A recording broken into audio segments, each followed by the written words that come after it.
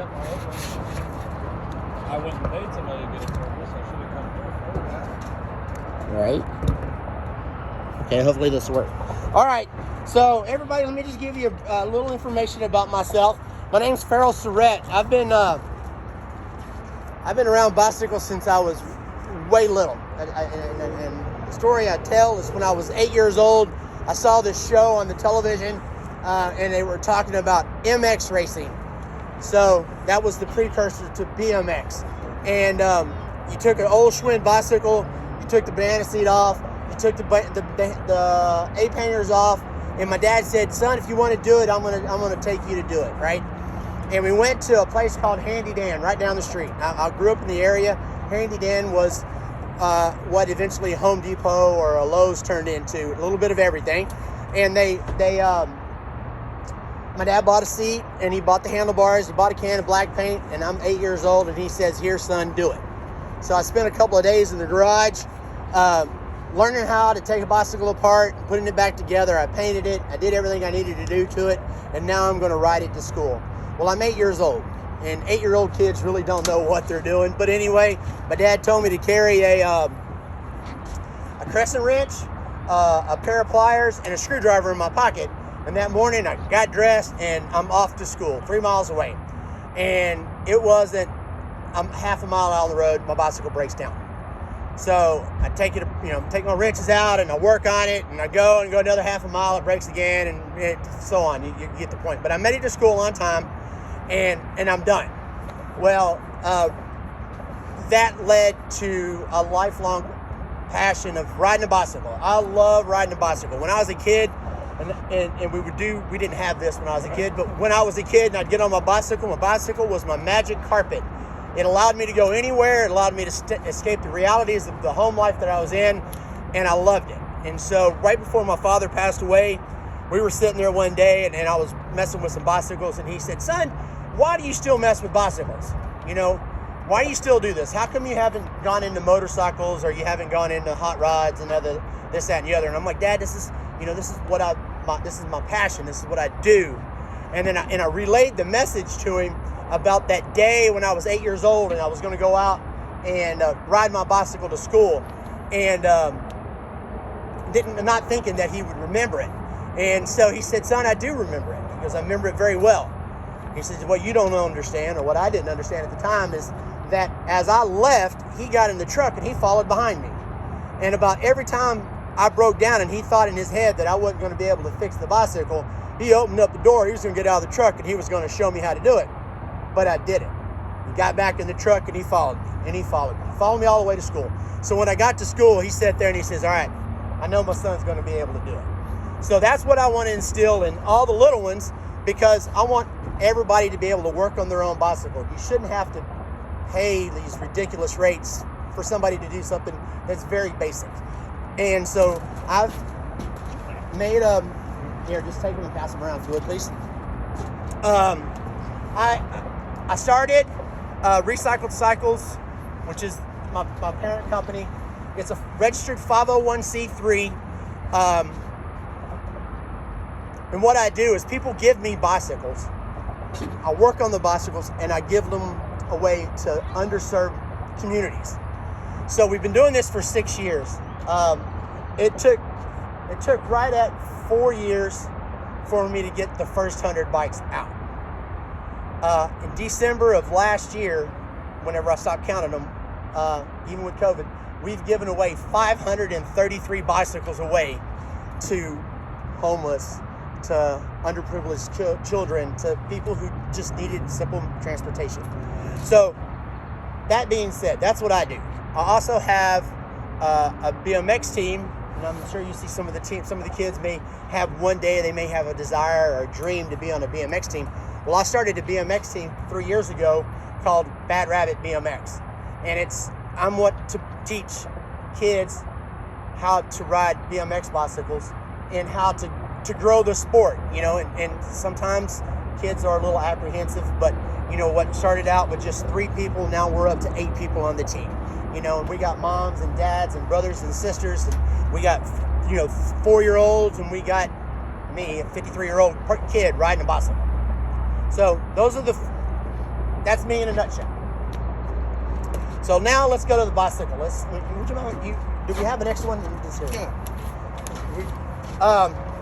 So this is new. This is the first time we've done this. So we're going to identify parts of a bicycle. Now, these are some of the things that you're going to want to know when your kid comes in and he needs some help. This is called you got your handlebar. That's plain and simple. This is a stem. This is a crank, pedal, brake, seat post, seat. All right, then you got your rim or wheel. You got your tire, and inside the tire, you're going to have a tube. This bicycle is going to be our demo bicycle for the next 4 weeks. Somebody donated this bicycle to me yesterday. I went and picked it up yesterday. I said this would be a perfect bicycle to teach the class. So before we get too far away, safety equipment. Please make sure, I know a lot of us are a little bit older, and whenever we were younger, we didn't have helmets. Didn't have helmets at all. And I was a big proponent of not wearing a helmet until September of last year. September of last year, I took off, I built a bicycle, just a new race bicycle, and I wasn't racing. I brought it down here just to go across the track to get the feel of my new bicycle. I didn't have the proper helmets that I needed. I had a skateboard helmet, similar to what this gentleman right here has. So I went down that second hill, I came across this first jump, and when I landed, the handlebars went all the way forward. I didn't do what I needed to do, and they went forward. That caused me to go forward, and I landed just about where I'm using your helmet. Can I use your helmet? Can I borrow your helmet? So I landed right about here on the helmet, and I kind of did what they call a scorpion, to where my face is forward, my back is up, and my legs come over, and I can see. And I landed on the face of that jump right there. I didn't see where you hit it. Yeah, you probably could see it. So I took this helmet and I shattered the internal styrofoam. It's a hard styrofoam. I shattered the internal hard styrofoam. I shattered the helmet. I chipped a tooth.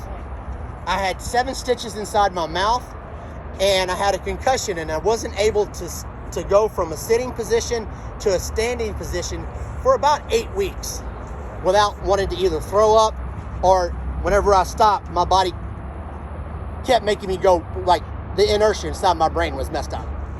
So that was a learning point for me. That's when I realized that I needed to wear the right equipment. So when your children are out here, as they get more advanced, I would highly recommend getting a helmet that has the face part of it. Yeah, they used to have. So the last time that I had race was in 1999. 1999, it was an organization called the ABA.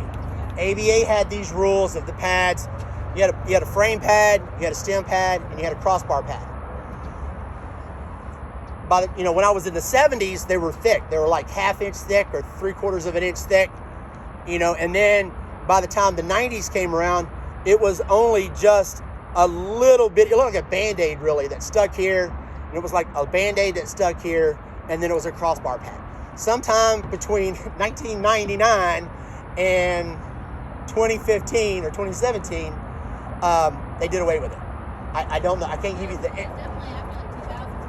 My brother, whenever we were racing around on that, in a Yeah. He was practice ground, trying to get out there, and he flipped it triple on the way out, and he came down and his front tooth hit the. Yep. Broke his top jaw and everything. Yeah, no, it's ugly. But I mean, for whatever reason, the new parent organization, it's called USA BMX. Whenever they went to the Olympics, they kind of like changed the rules of of the sport that we had up until that point, because at that point, BMX was really just a mom and pop around the country organization. But when we decided to go into the Olympics, there's a company called the UCI, United Federation, I don't know, whatever. It's anyway, it's a 3-letter, and they govern the sport around the world. And so whenever that happened, we had to basically follow their rules of the sport that is now globally. And that's what allowed the sport to grow. So safety, please. If they're outside in the front yard, I know it's silly, throw the helmet on them, because it really, I had $200,000 in medical bills in 2020. I got to ride in a helicopter, I got to ride in an ambulance, so I'm going to stress safety equipment, all right? So back to the bicycle. So this bicycle needs a lot of love. Both the tires are flat, so in the next weekend, we're going to cover how to take the wheel off. We're going to, 2 things. One, we're going to take the wheel off of one and put a new tube in it. So that by itself will be like a $10 repair. To go to a store, buy the right tube, and put it in. It's very basic. I'm going to teach you how to do it with things that you have around the house. You don't want to use a screwdriver, because if you use a screwdriver, you're going to puncture the tube again. But you can use the end of a spoon. You know, if you just take the little paddle end of a spoon, not the part that you eat with, but the other part, and it'll pop that tire out, and it keeps from pinching the tube. And then in the other tube, I'm going to show you how to, we're going to get a patch kit. Now, a patch kit's going to run you about $4. It'll allow you to patch probably up to 6 or 7 tubes, so it'll save you money that way. So that's what we're going to cover next week. This week, though, you can tell that if you look, for somebody that's going to ride BMX bikes, the handlebars, if you look, the handlebars are way too far back. So your child, when he goes around the track, most of the time he's going to be standing up. He's not going to be sitting down like he does in the neighborhood. So you're going to want to take a wrench. And again, I have just fancy wrenches, but you can go to Home Depot or Lowe's, and you can buy the set of wrenches like this. They run about $7 or $8. Make sure you get the one that says MM on the side. That means it's a metric. So, and they usually come in kits. There'll be one that's metric and one that's SAE. Or so you can either buy the kit or you can buy the individual ones. But make sure you get the one that says millimeter. And then on the top of your stem, you just set that in there. And remember, when you was a kid, righty-tighty, lefty-loosey. So you just loosen it up. You want to try to loosen up all of them. And that way it will allow you to rotate the handlebars forward. It's real simple. Usually there's no nut or anything on the back. It's pre-threaded inside of there. And you're going to rotate the handlebar forward. Now, you don't want it too far forward. Oh, let's see this. So, you don't want it too far forward and look like a gangster, like you're riding through the neighborhood ready to steal something, right? Not ready for the 90s? Yeah. So you want it, and a good rule is look at the angle of the fork. You want to carry that same angle with the bars. So if you look at it, you see that the fork is going somewhere. You want it to be parallel with the bar. That's going to put your kid in the right position. He's not going to be too far backwards on the bicycle, or he's not going to be too far forward on the bicycle. Once you do that, you just tighten, and you just, like you do if you're tightening a car, lug nuts on a car, it's you do a star pattern. So you go, tighten, and then you go diagonal, tighten, diagonal, tighten, and tighten. And you do this, and you don't have to like over tighten it, because if you do over tighten it, you're going to crush the handlebar. But if you just finger tighten it, you'll be able to figure it out. These are all done. It puts even pressure all the way around when you do it this way. Are they splined on the inside at all? So on the inside of the, like on the bar?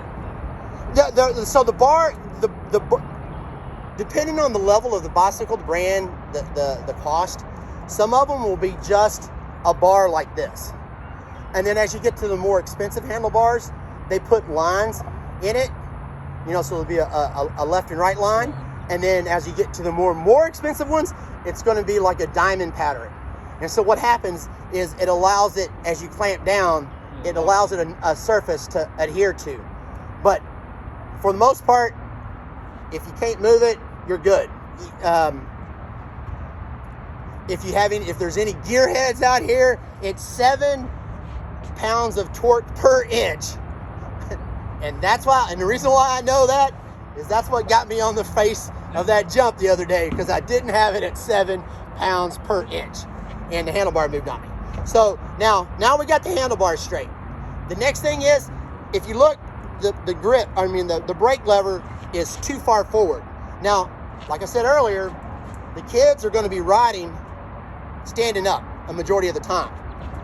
So let me get another Allen wrench. Okay, so on this one, again, there'll be an Allen wrench or a socket head that put your Allen wrench in, and you just loosen it and you rotate it. Now, Mom and Dad, when you're on your beach cruiser in the neighborhood, this is about where you want your handle grip to be, or your brake lever to be. It's in a relaxed position. This is how you're going to ride. This is how you're going to do it.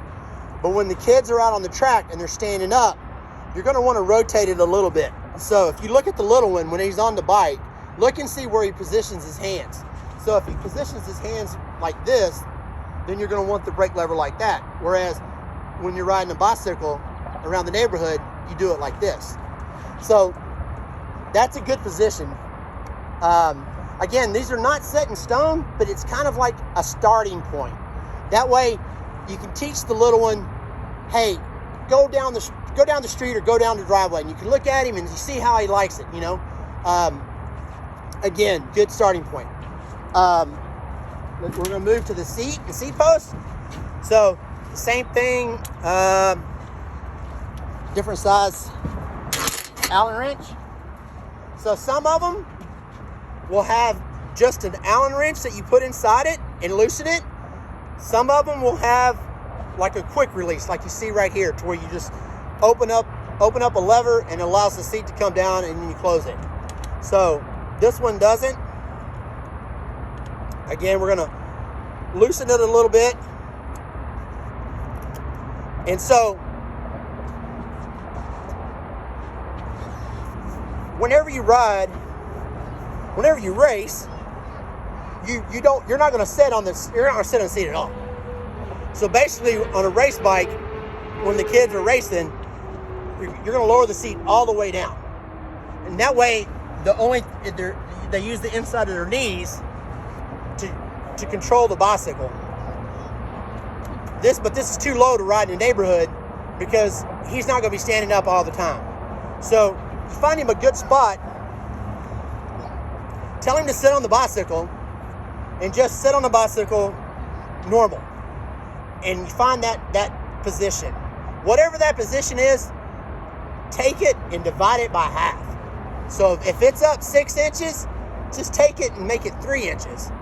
And then just tighten it up. And this will do 2 things.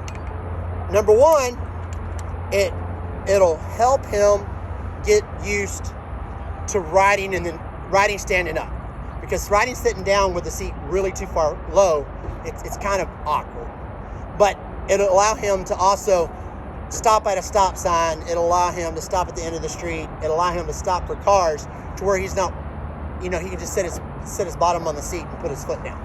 So basically, does anybody have any questions? I mean, like I said, I covered a lot of information, a lot of background and stuff on me, but for the most part, it's very simple. If anybody wants to come down and you actually want to put your you actually want to put your fingers on a tool and work with this, I'll be glad to help you out. We can walk it through. But other than that, thank you for your time. I appreciate it. If you're on social media, on like Instagram or whatever, if you go to RCOTX and you give me a like, I would appreciate it. God a couple stickers here if you want a sticker or something like that. Thank you. Here, we'll just take what you want and pass it around. So yeah, so if anybody has any questions, anybody have any questions? Do you think it was worth my time to come out here and do this? Yes, because Huh? I didn't know anything about the handlebar Yeah. or the seat or anything. Yeah, so everybody's good? Everybody's So, cool? The good thing is like with dad's out for work, like mom has to fill in. Mom has to Yeah, fill in a little that bit. was a really You know, good- my wife came from a background of riding horses, right? And so that's her background, right? You put me in a farm and I'm just like, you know, but then I learned. Like, over the past 10 years, I've learned. And so she's come over here and she has learned. And I'm trying to get her familiar enough to where if there's a weekend when I go racing, that it's basic enough that she would be able to teach the class. Yeah. So, yeah. Well, Like when it. you mentioned how they control the bike with the seat and the inside, Yeah. that's a horse, right? You Yes, do the- exactly. When you're riding. Exactly. So, you know, I grew up in the area. So if you go down there where the Walmart is and the West Road. West Road, it used to be a Fry's right there. They just simply closed it down. Where that Fry's was, there was nothing there. That's where my parents kept their horses. Oh wow. I lived in Fallbrook and I went to Aldine High School. So there was nothing there. So I learned how to do Western horses that way. Western horse and hunter jumper horse are two different animals, two different saddles, but I was able to learn it, you know? And then she's So trying to pick up here. I know you talked about you have a team. Yeah. Like,